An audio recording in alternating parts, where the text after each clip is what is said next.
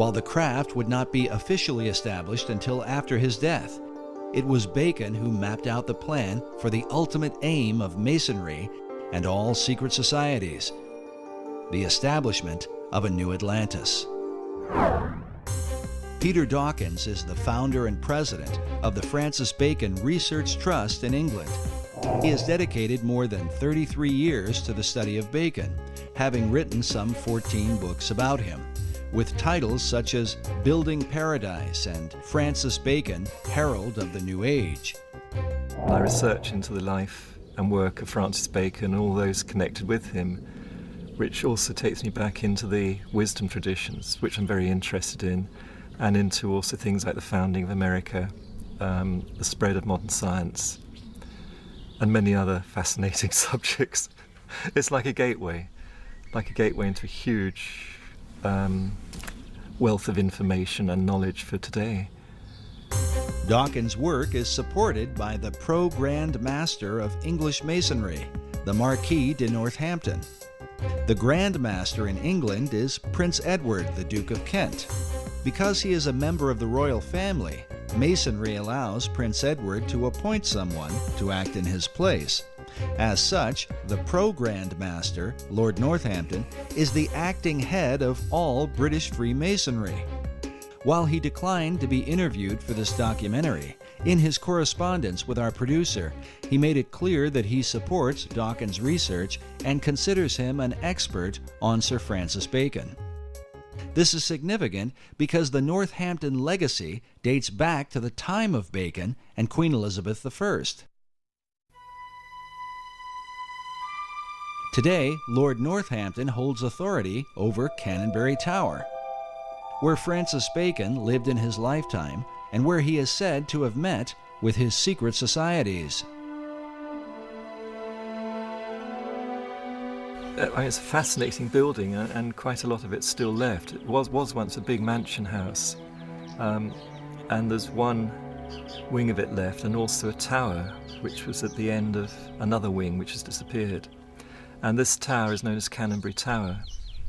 And the whole mansion itself was enlarged and decorated by a man called Sir John Spencer in Queen Elizabeth's time, and he'd had a year as Lord Mayor. He was quite an important guy in the City of London, and very, very wealthy merchant.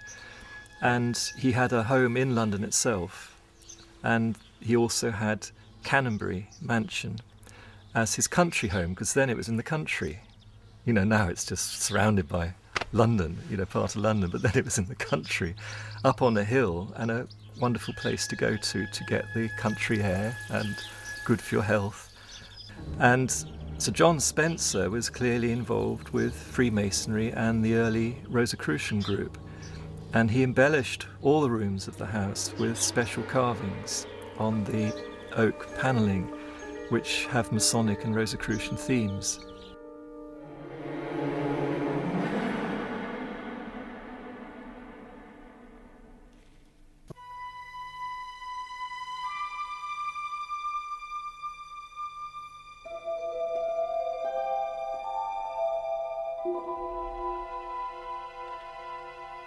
And particularly the fireplaces are done very, very carefully and specially.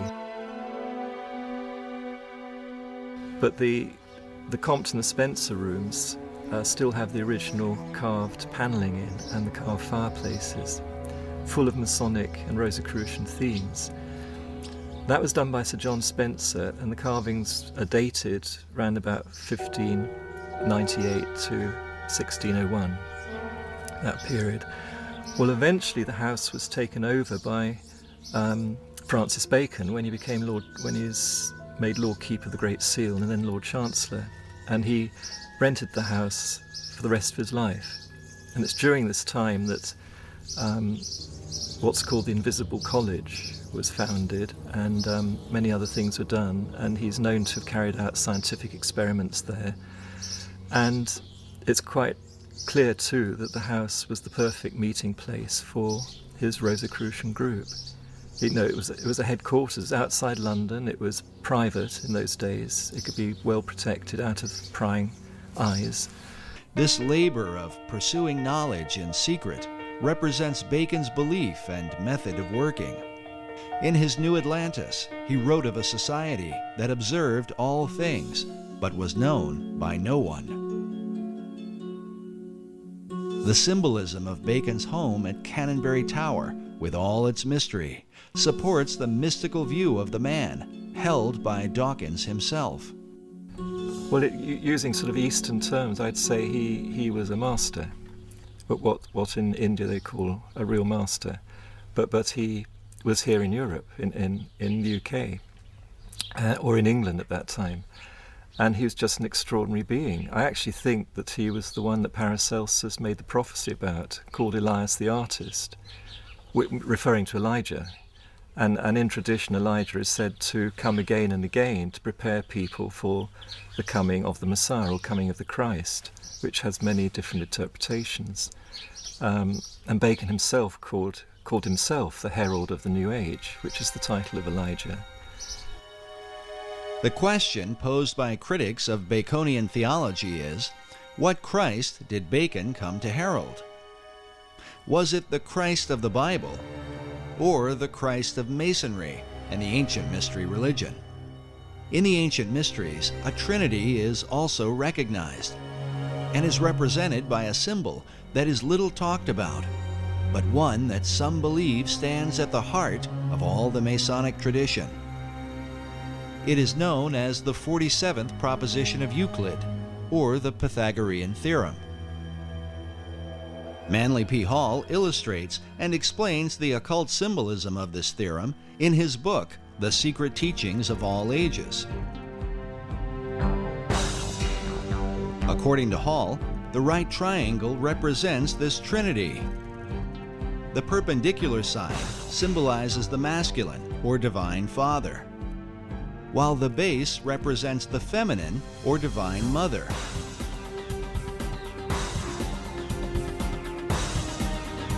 Finally, the hypotenuse is looked upon as the offspring of them both, the divine child, who is sometimes called the Masonic Christ.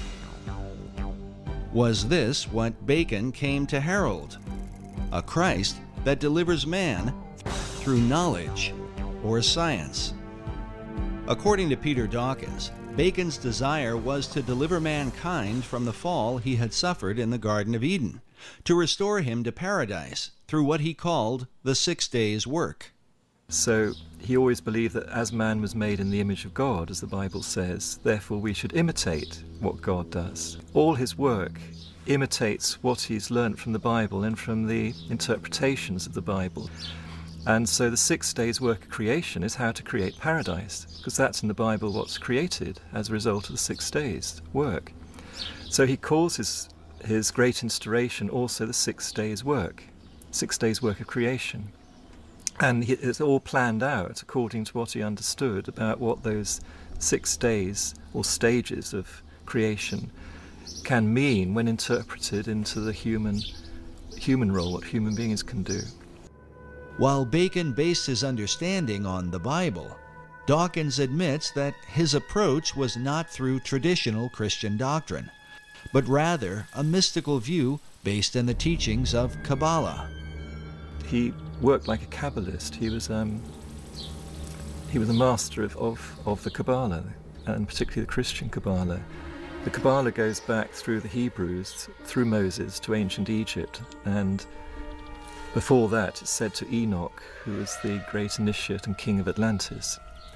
And it said all the teachings come from Enoch, including this Kabbalah. And Bacon was a great master of Kabbalah. His whole work is based on Kabbalistic principles. While explaining Kabbalah could go on indefinitely, it might be generally called the Jewish version of the ancient mystery religion. In the modern world, Kabbalah has gained popularity among celebrities and is practiced by Barbra Streisand, Mick Jagger, Roseanne Barr, Britney Spears, Jeff Goldblum, Elizabeth Taylor, Paris Hilton, Demi Moore, Winona Ryder, and of course Madonna, who has become a principal spokesman, much to the objection of some traditional Jews. In short, Kabbalah is designed to lead mankind to perfection, where man becomes a godlike being. It is a system that goes hand in hand with the concept of building paradise on earth. Sir Francis Bacon, the great Kabbalist, believed that the pursuit of science, or knowledge, was the way to achieve this great work. Most schoolboys used to know who Francis Bacon was and what he contributed to our knowledge today, and it was the method of science. Well, his first most public and fundamental effect he had was to form the basis of modern science, which is the experimental method. So he promoted what Socrates had also promoted, which was to not just think in your mind and argue, through arguments and so on, which is an Aristotelian method, but actually go out and look what is there in reality, in nature, and study nature and derive your thoughts and ideas from that and base experiments on that to see if they work. Then if they work and if they're useful and they're proved useful over a length of time, then you might consider you've got perhaps a bit of truth, and then you build on that. Well, up to Bacon's time, most of what one could call science, which was not really properly existing as such, except in the mystery schools, in all university, academia and so on, was just producing arguments after arguments. You see, up until Bacon's day, it was the church that was in control, and in fact the church was in control up until about the 1800s. So the church was in control, but the church hierarchy wasn't necessarily pure Christian. There was a lot of people that were there because they could handle 3 or 4 languages and they had great intellect, but were they Christians?